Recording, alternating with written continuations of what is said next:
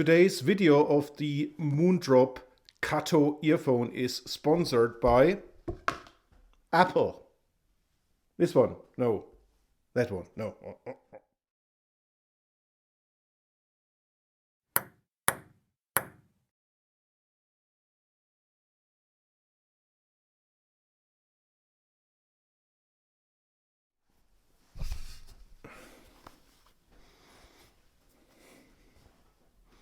Ladies and gentlemen, my name is Dr. Schweinsgruber with audioreviews.org, and today we are talking about the new Moondrop KATO earphone. But I let you know right away that this video is just a companion to the written review at audioreviews.org, and I ask you to read up on the details on the blog. You find the links as always underneath, and I would also appreciate if you subscribed to this YouTube channel, because it would make my day. After all, we are still the smallest quality YouTube channel in the world. Okay, Moondrop KATO is a single dynamic driver earphone that's based essentially on the Canas Pro edition, which was the grandfather of this model from 2018. I didn't like the Canas Pro edition because it was very bassy and it had a very, very lean, neutral mid-range. And I tell you right away, this is a fantastic earphone. The Canas Pro edition was then replaced by the KXXS, which I don't know. And now we have arrived at this model. As with previous models, I was always running around with micro tape to tape off the nozzles to remove the upper treble energy or peaks, or some treble peaks, which made these earphones somewhat aggressive. Here, this is not necessary anymore. Moondrop did a fabulous job in tuning these and designing these. And also, first of all, when you look at this, so the shells, they still look like the previous models. They looks like galvanized steel. They fit very well. There's not much difference on the outside, but possibly on the inside with the new driver.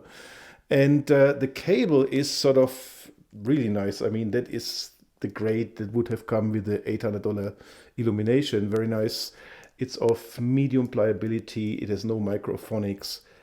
And what's also new is that you can actually, you have two sets of screw-on nozzles. The ones it came with are steel nozzles, and we have brass nozzles. They don't really look different. And there are a little bit difference in the measurements. They're more V-shaped with the brass nozzles, but they sound a little bit thicker with the brass nozzles. And I found overall the steel nozzles gave me better results. Therefore, I used the steel nozzles for the review. Also, Moondrop has now developed their own, they're called spring tips, ear tips with a very thin membrane. They're very reminiscent of the Aslak Celastec, just thinner. And they actually felt fantastic in the ear, but the largest size was too small for my monstrous German ears, and therefore I had to use final e-tips, the clear version, which worked very well. Moondrop tuned the KATO according to the virtual diffuse sound field graph, or VDSF, which is the interpretation of the Harman Kardon, or modification of the Harman Kardon target. Compared to previous models, they toned down the bass and they toned down the mid-range, particularly the upper mid-range, and there is no treble peak either. So they smoothen it out, and the result is, as you would expect, a smooth, cohesive, balanced sound with a subtle tone color. So despite the reduced bass, there's a good sub-bass extension. There is no mid-bass thump. It's a weighty low end. It's well dosed, and it's not overwhelming. Absolutely brilliant. That means there's no bleed into the mid-range. There's some color in the mid-range as opposed to previous models, which were neutral. It didn't really fit together. Here it fits. There's nothing aggressive. I don't need any micro pore tape this time. there's very, very good mid-range transparency. And this coherence extends into the treble. We have a better extension than for instance, with the Starfield, but the treble always remains sweet, composed, and well resolving. As a result of this coherence or cohesion, we get very good technicalities. We get a big staging with a good depth.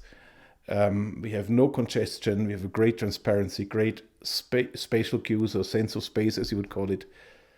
Great separation and layering. But most of all, timbre. Timbre is fantastic. That's what attracts my ears, attracted my ears right away, and that what makes this earphone so special. So that I already said it in a forum a few weeks ago. This is the new bar in the sub $200 region. Okay, let's just compare. So that's actually all I want to say about it.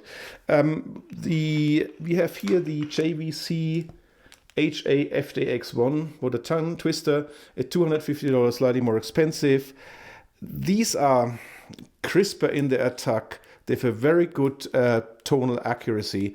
They have a bit of an upper mid-range glare, so they're a little bit spicier compared to the Moondrop. They're different. They may not have the staging of the Moondrop, but they're so accurate and so crisp that I would not want to miss them. So to compare these two makes not much sense, because both are fantastic and everybody should actually have both.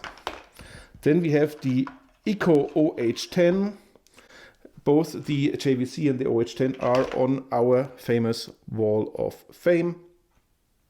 The Eco OH10 are way more V-shaped. They are way more thumpy in the bass. They have way more bass push. They're also more spicy and have more pizzazz in the mid-range, in the vocals, but they're also a little bit leaner there. So this is more for when you want a little bit of a push, a punch. These are more relaxed and smoother. And previously we had the Starfield. I don't know the KXXS, but the Starfield. And the area, you can look the comparison up in the area video or written review. The area is way more composed. It's way better dosed compared to the looser sounding Starfield. But compared to the Kato, these are leaner, these are more analytical. The Kato are more relaxed. They're bigger, everything is bigger and smoother. So again, this one or this one, they're different ones, and one doesn't replace the other. So you need them both. And that's all I wanted to say. So please, if you like this video, just subscribe, or please subscribe to the channel. And that's it from me. That's it from Dr. Schweinsgruber in Calgary. Auf Wiedersehen.